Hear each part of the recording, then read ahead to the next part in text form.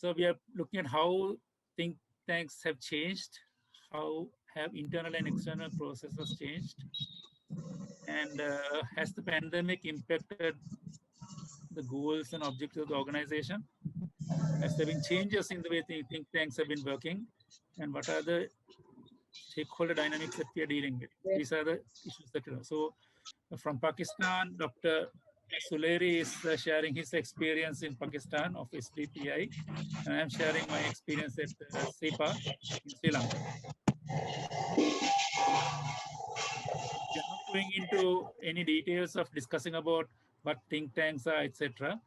Basically, independent organizations that groups of people come together to research, generate knowledge, and share this, disseminate it to important stakeholders. That's what we're doing. Now, the pandemic gives us a good opportunity to reflect on how we have worked and if we need to re-strategize the way we are working. Each of us working in our independent capacities in our different countries, we are successful in certain ways, but we could be more successful if we network and strengthen our capacities across the borders, so to say. So in terms of the pandemic gives us a good opportunity to reflect, learn, and redirect ourselves. That's how I see it. We're not going to discuss about the pandemic itself in detail. It gives us a context that we're talking about for the think tanks. So just to share some basic information about the country as well as the pandemic situation, and I hope you can see the slides now that I've sent. Basically, what I'm presenting is in March 2020, we had the first case of COVID in Sri Lanka, diagnosed as positive. Now, since then, the situation has actually developed where practically the COVID is there in all of the different districts, excepting for two small pockets of a medical officers area up in the north. Other than that, it's all in the different places. So the parameters that have been used to measure the prevalence of COVID is presented in the slide. So yellow means that no cases have been reported. Green is low risk where it has been reported before 14 days. And red means cases reported within 14 days. So which means that it's all over the country. Now, Health Promotion Bureau of Government of Sri Lanka gives the following statistics which are important. The Sri Lanka population is 21 plus million people. Life expectancy is in its 70s, for 72 for men and 79 for women. Population under 15 is about 30%, 15, and then the over 65 is 8% of the population. So at present, this data is monitored on a daily basis. At present, when I checked last, the COVID positive patients are 218,000. Deaths about 0.92%. Globally, it's 2.16%. So Sri Lanka is, in terms of global rates, is pretty okay, good. So recovery and discharge is 84%, whereas global it's high. So our recovery and discharge rates are low compared to global standard.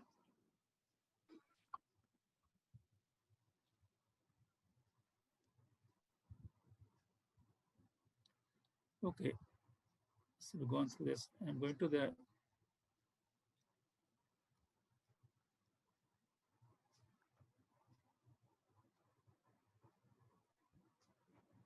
when it comes to comparing in the two different countries, the COVID deaths per 1 million people, Sri Lanka is 6, whereas in India it's 251. Southeast Asia region as a whole is 210. So in terms of the comparatively, Sri Lanka is fairly okay. In terms of vaccinations, we have 20 million people in the country. Then first dose has been administered 2.2 million people. This is an interesting situation. I will talk about it in my later presentation about the politics of this. So the managing the pandemic, I have put some points here. So we had a pandemic, which is known as the Spanish flu, which all of us now talk about. But the older generation of people, older than I myself, they remember this quite well. But I think this memory has faded, and people don't know too much about what happened in the past when the Spanish flu hit the world. Sri Lanka, our situation is that I've collected this information from the literature that is available, research literature on the pandemic and related issues. So what we have seen is in the Sri Lanka, the mechanism that has been developed to manage the pandemic is extremely state-centric and very politicized. It's not an inclusive thing, and it has been taken away from keeping its center in the public health domain.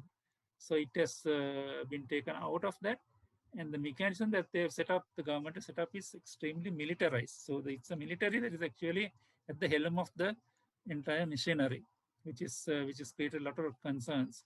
But the government has continued regardless. So although there are independent think tanks that look at various issues, including the pandemic, whether the government actually takes this into account is quite questionable. So the government has adopted a very divisive approach to dealing with the pandemic. The research shows that it's the benefits that go to the affected people is not equitably distributed, that it's very unequally distributed. Particularly, there's a lot of political patronage that decides who gets what. That's another major issue is that there is information overload. There's a lot of stuff moving around in the internet, and the reliability and the validity of this information is highly questionable.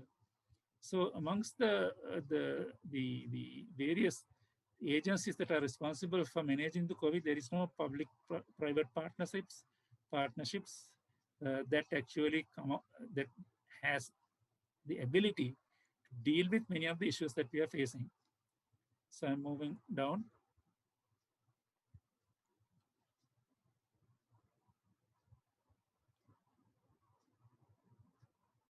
Okay. So in terms of the think tanks, I mean, they are known to be, we know that we produce very high quality research, knowledge products, and there's quite a good production of information that is disseminated in ways that each agency or think tank is comfortable and uses. So there's a very high use of social media, and it continues, and they still maintain the reputation of being independent research. I put it within quotes. Even there, one can question degree of independence. There are lots of things that we would like to do, but for various reasons, particularly because of funding situations, we are then get driven to donors or the funders' agenda. I hope you understand what I'm trying to say. So so there is research going on, there is funds coming in, but then the funder decides what are their priorities. Now, in terms of the areas in which we need improvement, is that we tend to be rather insular. There's limited discussions amongst the different think tanks, and there is limited sharing of experiences amongst the think tanks. We tend to operate in our own comfort zones. There's very limited activism amongst the think tanks as a collective to influence, to advocate for change, and efforts to influence government and policy making can be much stronger and much better. The fact that we don't come together is the limitation.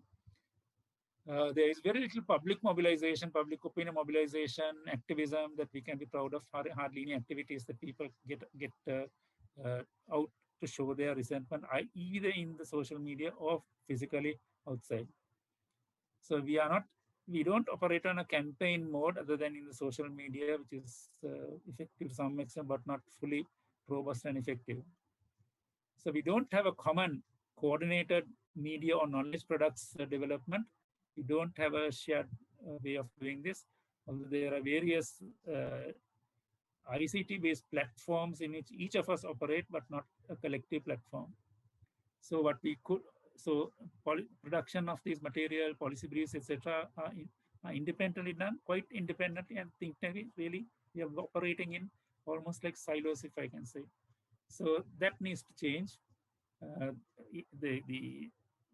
COVID as well as many others problems requires a multidisciplinary approach. And then amongst these different think tanks, there would be that required mass of multidisciplinary personnel which can be brought together, mobilized in order to respond to public health issues such as the COVID or any other thing. So there needs to be a coordinated effort, which we don't have, moderated probably in a fiber hub that brings organizations and individuals together for debate and so. So then coming back to the last point is that this initiative, which talks about a regional collective strength, is that can have influence on governments and other important stakeholders, is a really required thing in the present context as well as for the future.